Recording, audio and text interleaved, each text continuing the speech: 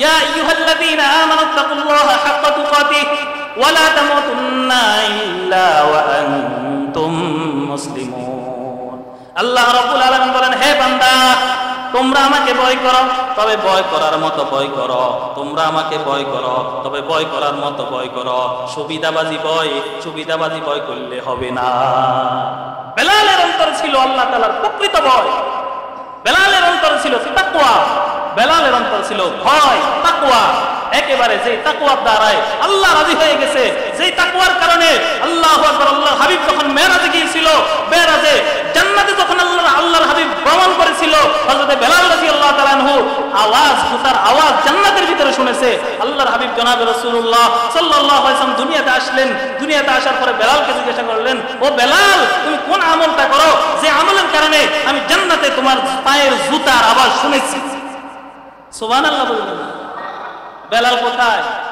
দুনিয়াতে। জান্নাতের ভিতরে আল্লাহর হাবিব ভ্রমণ করতেছে, ওই জান্নাতের ভিতরে কি বেলাল রাদিয়াল্লাহু তাআলা পায়ের জুতার আওয়াজ শুনতেছে। সুবহানাল্লাহ। আমি বুঝাইতে চাইতেছি, বেলালের এটা ছিল তাকওয়া, বেলালের এটা ছিল তাকওয়া। যার তাকওয়া যত বেশি হবে, যার আল্লাহর ভয় যত বেশি হবে, তার দাম দুনিয়াতেও বাড়বে, আখিরাতেও বাড়বে। দুনিয়াতেও বাড়বে, আখিরাতেও বাড়বে।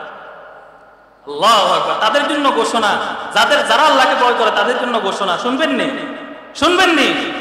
আল্লাহ রাব্বুল আলামিন বলেন, জাযাউহুম ইনদা রাব্বিহিম জান্নাতু আদনিন তাজরি মিন তাহতিহাল আনহারু খালিদিনা ফিহা আবাদা রাদিয়াল্লাহু আনহুম ওয়া রাদু আন যালিকা লিমান খাশিয়া রাব্বাহ।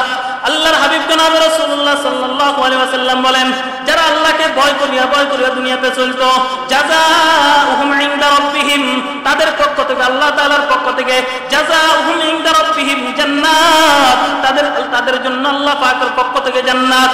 বলে জান্নাত যে শুধু তা নেই, বলে না, জাযাউহুম ইনদা রাব্বিহিম জান্নাতু আদনিন তাজরি মিন তাহতিহাল আনহার। সেই জান্নাতের ভিতরে 4টি নহর থাকবে।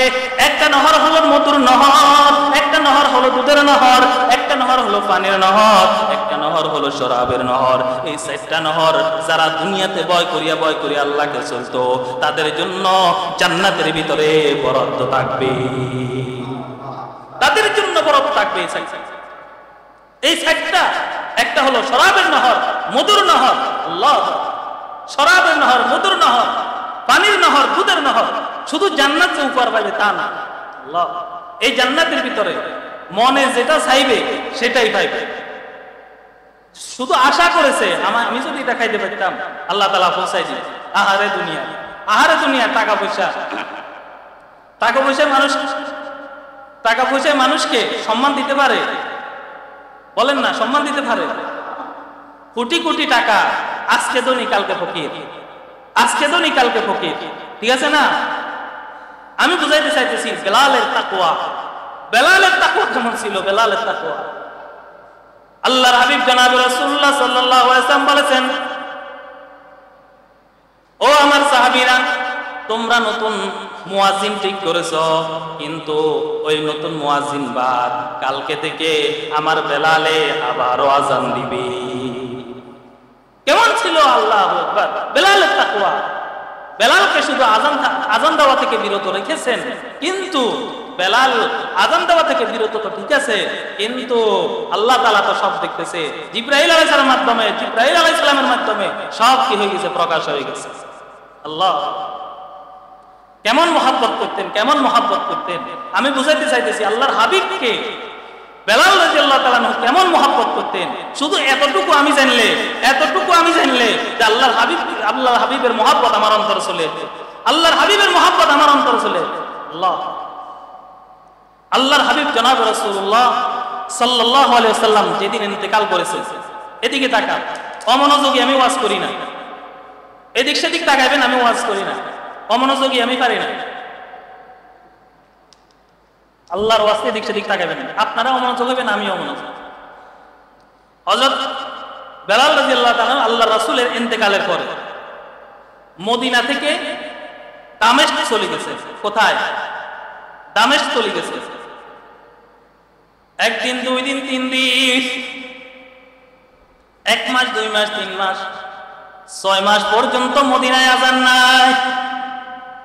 আল্লাহর হাবিব জনাব রাসূলুল্লাহ সাল্লাল্লাহু আলাইহি ওয়াসাল্লাম ইন্তেকালের পরে বেলাল রাদিয়াল্লাহু তাআলা আনহু যখন বললেন, ও বেলাল, একটু মসজিদে নববীর ভিতরে আযান দাও।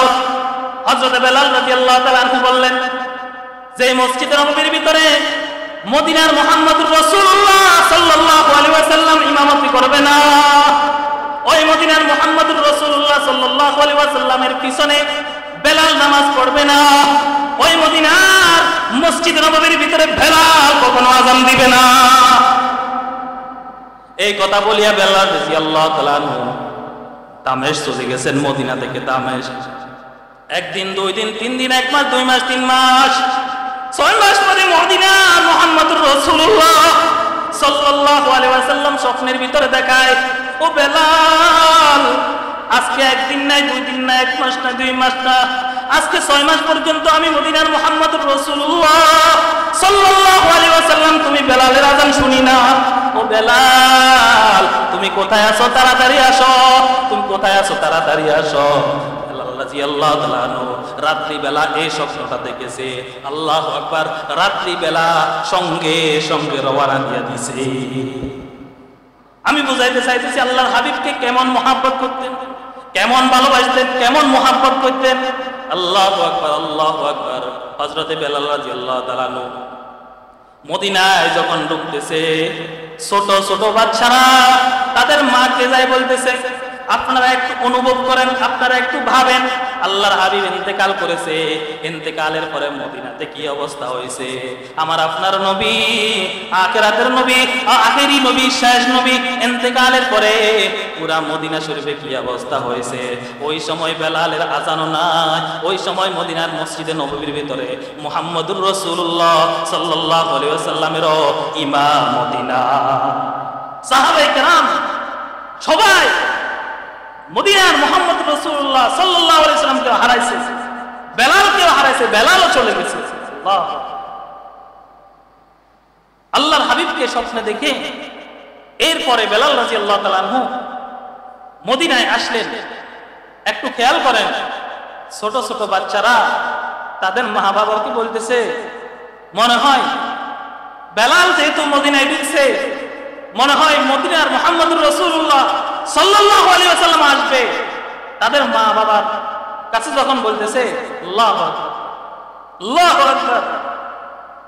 এরপরে সাহাবায়ে কেরাম বেলাল রাদিয়াল্লাহু তাআলা আনহু আসছে, একসাথে হয়ে গেছে। সাহাবায়ে কেরাম বেলাল রাদিয়াল্লাহু তাআলা আনহুকে বলতেছে, বেলাল, আজকে কয়েক মাস তোমার আযান শুনি না, আজকে কয়েক মাস মদিনার মুহাম্মদুর রাসূলুল্লাহ সাল্লাল্লাহু আলাইহি ওয়াসাল্লামের পিছনে নামাজ পড়ি না। ও বেলাল, একটু আযান দাও, আমরা একটু তোমার আযানটা শুনি। আল্লাহু আকবার। হযরত বেলাল রাদিয়াল্লাহু তাআলা আনহু বলতেছেন, যে মসজিদ নববীর ভিতরে মুহাম্মদুর রাসূলুল্লাহ সাল্লাল্লাহু আলাইহি ওয়াসাল্লাম নামাজ পড়াইবে না, ইমামতি করবে না, ওই মদিনার মসজিদ নববীর ভিতরে বেলাল কখনো আযান দিবে না, বেলাল কখনো আযান দিবে না। আল্লাহু আকবার। এরপরে সাহাবায়ে কেরাম হাসান এবং হুসাইন রাদিয়াল্লাহু তাআলা আনহুমা দুজন সাহাবীকে আনছেন। আল্লাহু আকবার। দুজন সাহাবী বেলাল রাদিয়াল্লাহু তাআলা আনহুকে যখন বললেন, ও বেলাল, আজকে কয়েক মাস পর্যন্ত একটু আযান শুনি না, আজকে কয়েক মাস পর্যন্ত নানাকে দেখি না, আপনার আযান শুনতাম, আপনার আযান শুনিয়া এরপরে মসজিদে নববীর ভিতরে আসি নামাজ পড়তাম। ও বেলাল, আপনি একটু আযান দেন। হযরতে বেলাল রাদিয়াল্লাহু তাআলা আনহু এরপরে হাসান হুসাইন রাদিয়াল্লাহু তাআলা আনহুমা দুজনের কথা শুনে এরপরে আযান দিবে রাজি হয়েছে, আযান দিবে রাজি হয়েছে। এরপরে হযরত বেলাল রাদিয়াল্লাহু তাআলা আনহু মসজিদে নববীর ভিতরে দাঁড়াইছেন, আযান দিবে। আল্লাহু আকবার, আল্লাহু আকবার, আশহাদু আল্লা ইলাহা ইল্লাল্লাহ, আশহাদু আল্লা ইলাহা ইল্লাল্লাহ। এরপরে যখন বললেন আশহাদু আন্না মুহাম্মাদার রাসূলুল্লাহ, আশহাদু আন্না মুহাম্মাদার রাসূলুল্লাহ যখন বললেন, বেলাল রাদিয়াল্লাহু তাআলা সঙ্গে সঙ্গে বেহুশ হয়ে গেল, সঙ্গে সঙ্গে বেহুশ হয়ে গেছে। কেমন আশিক ছিলেন, কেমন ভালোবাসতেন আল্লাহর হাবিবকে। আল্লাহর হাবিব জনাব রাসূলুল্লাহ সাল্লাল্লাহু আলাইহি ওয়াসাল্লাম বলেন, যদি তোমরা আমার ভালোবাসা পাইতে চাও, আমার সাথে যদি তোমরা জান্নাতে থাকতে চাও, আমার সাথে তোমাদেরকে আমি জান্নাতে রাখবো, তবে কি করবা? ক্বালা রাসূলুল্লাহ সাল্লাল্লাহু আলাইহি ওয়াসাল্লাম, মান আহাব্বা সুন্নতি ফাকাদ আহাব্বানি। যদি তুমি আমার ভালোবাসা পাইতে চাও, যদি তুমি আমার সাথে জান্নাতে যাইতে চাও, মান আহাব্বা সুন্নতি, তাহলে তোমরা আমার সুন্নত মেপে মেপে চলো, সুন্নত মোতাবেক চলো, আমার অনুকরণ অনুসরণ করো। ফাকাদ আহাব্বানি, যেই ব্যক্তি আমার সুন্নত গুলাকে মানলো, সে আমাকে ভালোবাসলো, সে আমাকে ভালোবাসলো।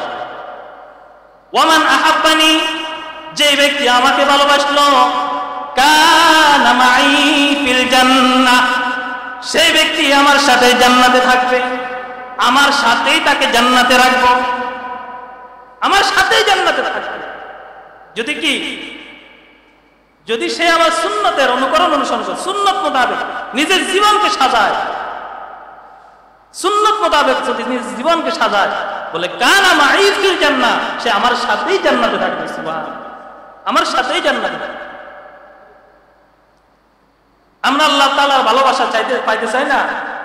আল্লাহ রাব্বুল আলামিন বলেন, কুল ইন কুনতুম তুহিব্বুনাল্লাহ, হে নবী আপনি আপনার উম্মতদেরকে জানায় দেন, তারা যদি আমার ভালোবাসা পাইতে চায়, তারা যদি আমার মহব্বত পাইতে চায়, তারা যদি আমার নৈকট্য অর্জন করতে চায়, ফাত্তাবিউনি, তারা যেন আপনার অনুকরণ অনুসরণ করে। তাহলে লাভ কি হবে? ইউহিব্বুকুমুল্লাহ, আমি আল্লাহ তাদেরকে ভালোবাসবো। বলে শুধু ভালোবাসবো যে তা না, ওয়াগফির লাকুম যুনুবাকুম, আমি মাওলা তাদের জীবনের গুনাহগুলোকে মাফ করিয়ে দিব। ফাত্তাবিউনি, কার অনুকরণ? মদিনার মুহাম্মদ রাসূলুল্লাহ সাল্লাল্লাহু আলাইহি ওয়াসাল্লামের অনুকরণ অনুসরণ আমার মাধ্যমে যদি হয়।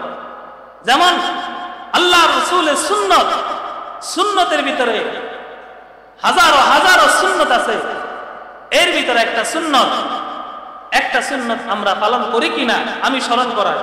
আমরা পানি খাই না, সবাই বলে। গরু ছাগলে পানি খায় না, পানি খায় না? খায়। হাঁস মুরগি পানি খায়নি? খায়। জীব জন্তু পানি খায়নি? হিংস্র পানি যেগুলো আছে এগুলা পানি খায়নি? সবাই পানি খায়। হিন্দু, খ্রিস্টান, ইহুদি, নাসারা এরা পানি খায়নি? সবাই পানি খায়। আমরাও পানি খাই। পানি খাওয়ার মধ্যে সুন্নত আছে না নাই? আছে না নাই? পানি খাওয়ার ভিতরে 6টি সুন্নত আছে। কতটি সুন্নত? কতটি সুন্নত? কিছু শিখি আর না শিখি, কমপক্ষে এটা শিখছি। আজকে থেকে আমল করবো, রাজি আছে তো ইনশাআল্লাহ? আমার পানি খাওয়া যদি ইহুদি খ্রিস্টানের লগে যদি মিলে, তাহলে আমি কি নবীর অনুকরণ অনুসরণ করলাম? ও মামাতে না। আমার পানি যদি, আমিও পানি খাইলাম, ইহুদি খ্রিস্টানেও পানি খাই, আমি পানি খাইলাম দাঁড়ায় দাঁড়ায়, ইহুদি খ্রিস্টানেও পানি খাই দাঁড়ায় দাঁড়ায়, গরু ছাগলও পানি খাই দাঁড়ায় দাঁড়ায়, তাহলে আমার সাথে গরু ছাগলের সাথে মিশে গেছে, মিল। আমি হইলাম আশরাফুল মাখলুকাত, আমি হইছি শ্রেষ্ঠ মাখলুক, আমি হইলাম শ্রেষ্ঠ নবীর উম্মত। আল্লাহু আকবার। আমি হইলাম শ্রেষ্ঠ নবীর উম্মত, শ্রেষ্ঠ নবীর উম্মত আমরা। যেই নবীর উম্মত, ওই নবীর হাজারো সুন্নত আছে, ওই সুন্নতের ভিতরে একটা সুন্নত আছে পানি খাওয়া। এই যে আমরা পানি খাই, পানি খাওয়ার ভিতরে 6টি সুন্নত আছে। এর ভিতরে 1 নম্বর সুন্নত, ডান হাতে পানি পান করা। কোন হাতে? ডান হাতে। আজকে থেকে ডান হাতে পানি পান করবো তো ইনশাআল্লাহ। 2 নাম্বার, বসে পানি পান করা, বসে পানি পান করা। 3 নাম্বার, দেখে পানি পান করা, দেখে পানি পান করা। কারণ পানির ভিতরে এগুলা তো বদল, পানির ভিতরে যদি আমি গ্লাসে রাখি অথবা আমার বান্ডে রাখি, বান্ডের ভিতরে ময়লা থাকতে পারে, পিঁপড়া পড়তে পারে, অথবা কোনো জানোয়ার পড়তে পারে, এই কারণে দেখি পানি পান করা, দেখে পানি পান করা। কত গেছে? 4 নাম্বার। 5 নাম্বার, বিসমিল্লাহ পড়ে পানি পান করা, বিসমিল্লাহ পড়ে পানি পান করা। 5 নাম্বার, 3 নিঃশ্বাসে পানি পান করা। কয় নিঃশ্বাসে? কয় নিঃশ্বাসে? 3 নিঃশ্বাসে পানি পান করা। 6 নাম্বার, 6 নাম্বার, পানি পান করার পরে আলহামদুলিল্লাহ বলা। পানি পান করার পরে আলহামদুলিল্লাহ বলা। এই 6টা সুন্নত মনে থাকবে তো ইনশাআল্লাহ? আবারও বলি, ইহুদি খ্রিস্টানে এই 6টা সুন্নত মেনে খায়। বাঘ ভাল্লুক গরু ছাগল এই 6টা সুন্নত মেনে খায়। এই 6টা সুন্নত মেনে কাদেরকে খাইতে হবে? আমাদেরকে খাইতে হবে। আমাদেরকে এই 6টা সুন্নত মেনে খাইতে হবে। তাইলে পানি খাওয়ার সুন্নত কতটি? কতটি? 1 নাম্বার, 1 নাম্বার, আমি যখন পানি খাবো ডাইন হাত দিয়ে পানি খাবো, ডান হাত। 2 নাম্বার, আমি যখন পানি খাবো বসে পানি পান করব। 3 নাম্বার, আমি যখন পানি পান করব দেখে পান করব। 4 নাম্বার, আমি যখন পানি পান করব আল্লাহু আকবার বিসমিল্লাহ পড়ে পানি পান করব। 5 নাম্বার, আমি যখন পানি পান করব 3 নিঃশ্বাসে পানি পান করব। 6 নাম্বার, আমি যখন পানি পান করব পানি পান করার পরে আলহামদুলিল্লাহ বলবো। পারবো তো ইনশাআল্লাহ? এই আমলটা করবো তো ইনশাআল্লাহ? একটা সুন্নত। এভাবে মসজিদে ঢুকার সাথে সাথে কয়টি সুন্নত? কয়টি সুন্নত? জি, 5টি সুন্নত। বিসমিল্লাহ, দুরূদ শরীফ, দোয়া, ইতিকাফের নিয়তে বসা।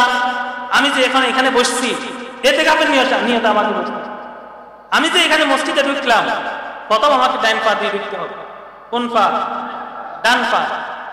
খেয়াল করে ঢুকতে হবে। আমাদের ওলামাদের আদিবটা বুঝুন, যে কোনো জায়গায় বয়ান করতে, মসজিদে বয়ান করতে সর্বপ্রথম বলে মসজিদে ঢুকতে কয় সুন্নত, মসজিদে ঢুকতে কয় সুন্নত, মসজিদে ঢুকার পর কয় সুন্নত, মসজিদ থেকে বাইরে থেকে কয় সুন্নত, এগুলো নিয়ে আলোচনা করে। ঠিক আছে না? আমরা বাথরুম করি কিনা? বাথরুম করি কিনা? করি। বাথরুমে ঢুকার সময় আগে ডাইন পা না আগে বাম পা? আগে বাম পা। বাইরে হইতে আগে ডাইন পা না বাম পা? জি, ডাইন পা। এইভাবে আমি যদি জীবন চলার পথে প্রত্যেকটা সুন্নতকে নিজের জীবনের ভিতরে সাজায়, আল্লাহর হাবিব জনাব রাসূলুল্লাহ সাল্লাল্লাহু আলাইহি সাল্লাম বলেন, কানা মাই ফিল জান্নাহ, ওই ব্যক্তি আমার সাথে জান্নাতে থাকবে। সুবহানাল্লাহ। ওই ব্যক্তি আমার সাথে জান্নাতে থাকবে। আল্লাহর নৈকট্য অর্জন করতে আমরা কারা কারা চাই? কারা কারা চাই কিনা? আল্লাহ রাব্বুল আলামিন বলেন, ইয়া আইয়ুহাল্লাযীনা আমানুত্তাকুল্লাহ ওয়াবতাগু ইলাইহিল ওয়াসিলা। হে ঈমানদাররা, তোমরা আমাকে ভয় করো। হে ঈমানদাররা, তোমরা আমাকে ভয় করো এবং আমি মাওলার নৈকট্য অর্জনের জন্য উসিলা তালাশ করো। আমি মাওলার নৈকট্য অর্জনের জন্য উসিলা তালাশ করো। কি তালাশ করো? উসিলা তালাশ করো। এর ভিতরে আল্লাহ রাব্বুল আলামিনের নৈকট্য অর্জনের জন্য 1 নম্বর উসিলা হলো আল্লাহ তাআলার কোরআন। 1 নম্বর উসিলা হলো আল্লাহ তাআলার কোরআন। আল্লাহ তাআলার কোরআন মোতাবেক যদি আমি নিজের জীবনকে সাজাই, কোরআন মোতাবেক আমি যদি আমল করি, আল্লাহ পর্যন্ত পৌঁছা, আল্লাহ তাআলার নৈকট্য অর্জন করা, আল্লাহ তাআলার নৈকট্যের মাধ্যমে জান্নাতে যাওয়া আমার জন্য সহজ হয়ে যাবে। 1 নম্বর কি? 1 নম্বর কি? কোরআন। 1 নম্বর কোরআন। এই কোরআনের মাধ্যমে আমি জান্নাত পর্যন্ত পৌঁছতে পারবো। এই কোরআনের মাধ্যমে আমি আল্লাহ তাআলার নৈকট্য অর্জন করতে পারবো। এই কোরআনের মাধ্যমে আল্লাহ তাআলার নৈকট্যের মাধ্যমে আমি জান্নাতে যাইতে পারবো। 2 নাম্বার, আল্লাহ রাসূলের সুন্নাত, আল্লাহ রাসূলের অনুকরণ অনুসরণ। আল্লাহ রাসূলের সুন্নাত, আল্লাহ রাসূলের অনুকরণ অনুসরণ যে ব্যক্তি করবে, আল্লাহ রাসূলের অনুকরণ অনুসরণ করবে, আল্লাহ তাআলা তার উপর সন্তুষ্ট হয়ে যাবে। আল্লাহর নৈকট্য অর্জন করা সহজ হয়ে যাবে। আল্লাহর নৈকট্য অর্জনের মাধ্যমে জান্নাতে যাওয়া সহজ হয়ে যাবে। সহজ হয়ে যাবে। আল্লাহ। সাহাবায়ে কেরাম আল্লাহর হাবিবকে মহব্বত করতেন, প্রত্যেকটা সুন্নতকে মেপে মেপে আদায় করতেন। আল্লাহু আকবার।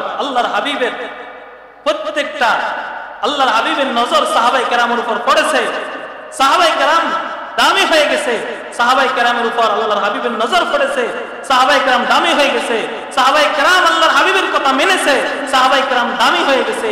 আর আজকে আমি যদি আপনাদেরকে বলি এই সুন্নতটা মিডা আমাদের লালফলের বর্তমান পীর সাহেব হুজুর বলে যে জোহরের পরে খানা খায় একটু কাইলুল্লাহ করা সুন্নত, একটু কাইলুল্লাহ করা সুন্নত। এটা হচ্ছে মিডা সুন্নত।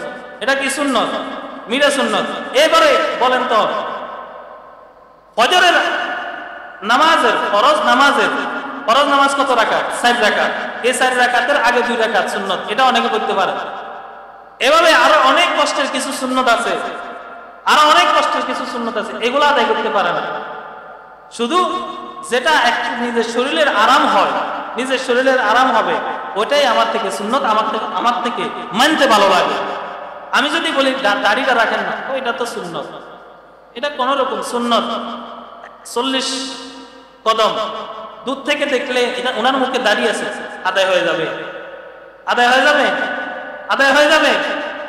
দাড়ি রাখা সুন্নত, দাড়ি এক মুষ্টি রাখা ওয়াজিব।